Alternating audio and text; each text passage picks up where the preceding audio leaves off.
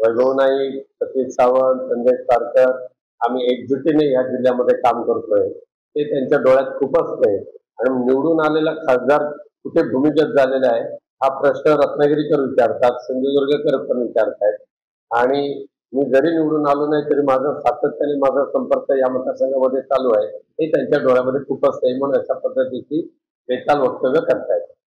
नितेश राणेच्या कोणत्या आरोपाला आम्ही सिरियसली घेतच नाहीये। त्यांना जे मंत्रिपद मिळालेलं आहे त्याची गुरमी आणि मस्ती त्यांच्या डोक्यामध्ये एवढी भिनलेली आहे त्याच्यातूनच अशा पद्धतीचं वक्तव्य ते करत असतात। बेडवलकरची जी हत्या ज्या पद्धतीने केली, त्याला किडनॅप करून नेलं, त्याला कोंडून ठेवलं, त्याला मारलं आणि नंतर पेट्रोल घेऊन त्याला जाळून टाकलं, याच्या पाठीमागे एकनाथ शिंदे गटाचे म्होरके आहेत, निलेश राणेंचे समर्थक आहेत, ते सिद्ध झालेले आहे। पोलिसांनी ते खणून काढले तिथे आणि प्रणय सावंत आणि नैना सावंत यांना ज्या पद्धतीने नितेश राणेच्या समर्थकांनी मारलं, त्यांचा भ्रष्टाचार उघड केला म्हणून हे सुद्धा आता रेकॉर्डवर आलेलं आहे। त्यामुळे स्वतः गुंडांना पोचायचं, खतपाणी घालायचं आणि इतरांची हत्या करायचा आजपर्यंत हा नारायण राणेंचा जो प्रघात होता तो त्यांच्या दोन्ही मुलांनी चालू ठेवले आहे। हे सिंधुदुर्गाचं दुर्दैव आहे।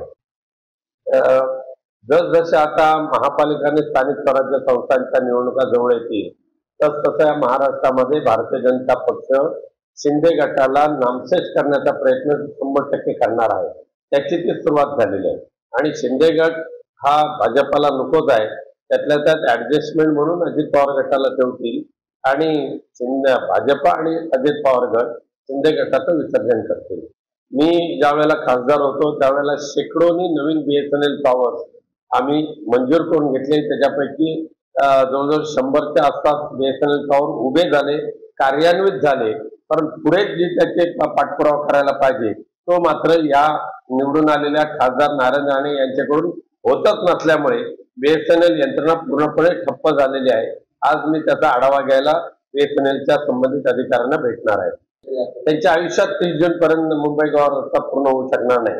आज मला भीती वाटते परशुराम घाट या पावसाळ्यामध्ये सुद्धा पडेल। चिपळूणचं ब्रिज आहे, पालीचं ब्रिज आहे, लांजाचं ब्रिज आहे, एक ब्रिज पूर्ण व्हायला किमान अजून 1.5 वर्ष लागतील आणि त्यानंतर संगमेश्वर ते पाली आणि त्यानंतर रायगड जिल्ह्यातला खूप मोठा पॅच जो राहिलेला आहे तो पूर्ण करून घेण्यासाठी सुद्धा किमान 1 वर्ष जातील अजून। हे माननीय नारायण राणे साहेबांना माहिती आहे का चिपी विमानतळाची मुंबई सेवा बंद झालेली आहे का? एकदा जरा त्यांना सुद्धा प्रश्न विचारा। तर निद्रिस्त असलेले खासदार दुर्दैवाने सिंधुदुर्गला भेटल्यामुळे दिल्लीमध्ये ज्या पद्धतीने पाठपुरावा करून चिपी ते मुंबई ही विमानसेवा मी चालू केली होती ती 26 ऑगस्ट 2024ला तिथं करार संपला। पुढे चालू करण्यासाठी या खासदार महोदयांनी काही केलेलं नाही आणि म्हणून ते बंद झालेले आहे। प्रशासन अत्यंत भ्रष्टाचारी झालेलं आहे। बघा आता तुम्ही संपूर्ण महाराष्ट्रातल्या प्रशासकांच्यावर ज्या धाडी टाकल्या जातात, करोड रुपयाचं घबाड त्यांच्या घरामध्ये मिळते। त्यामुळे सध्याचं जे शासन आहे ते शासन आणि प्रशासन एकत्रित म्हणून एवढी लुटमार महाराष्ट्राची करतायत आणि त्यामुळे असे भ्रष्टाचारी अधिकारी निर्माण करण्याचं काम सध्याचं हे त्रांगडं सरकार करते। आज सिंधुदुर्ग जिल्ह्यामध्ये म्हणजे अख्ख्या महाराष्ट्रामध्ये सर्वात जास्त ड्रग सप्लाय कोणत्या जिल्ह्यात होत असेल तो सिंधुदुर्ग जिल्हा।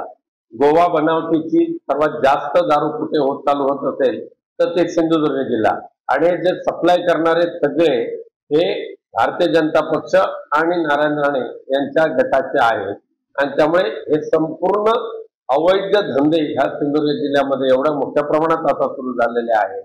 त्यामुळे साहजिकच आहे हे धंदे करायचे असतील, वाळू तस्करी करायची असेल, खडी तस्करी करायची असेल, कासाड्याच्या मायनिंग अवैधरित्या चालू असलेली मायनिंग चालू करायची असेल तर शेकडो कोटी रुपये त्याला द्यावेच लागणार आहे। अक्का बुक्का हे सगळे राणे कुटुंबीय, नारायण राणे कुटुंबीय। देश विदेशातील प्रत्येक घडामोडींचे लाईव्ह अपडेट मिळवण्यासाठी आता साम टीव्हीच्या सर्व सोशल मीडिया प्लॅटफॉर्मला लाईक, फॉलो आणि सबस्क्राईब करा। तसंच सर्व नोटिफिकेशनसाठी बेल आयकॉन प्रेस करायला विसरू नका।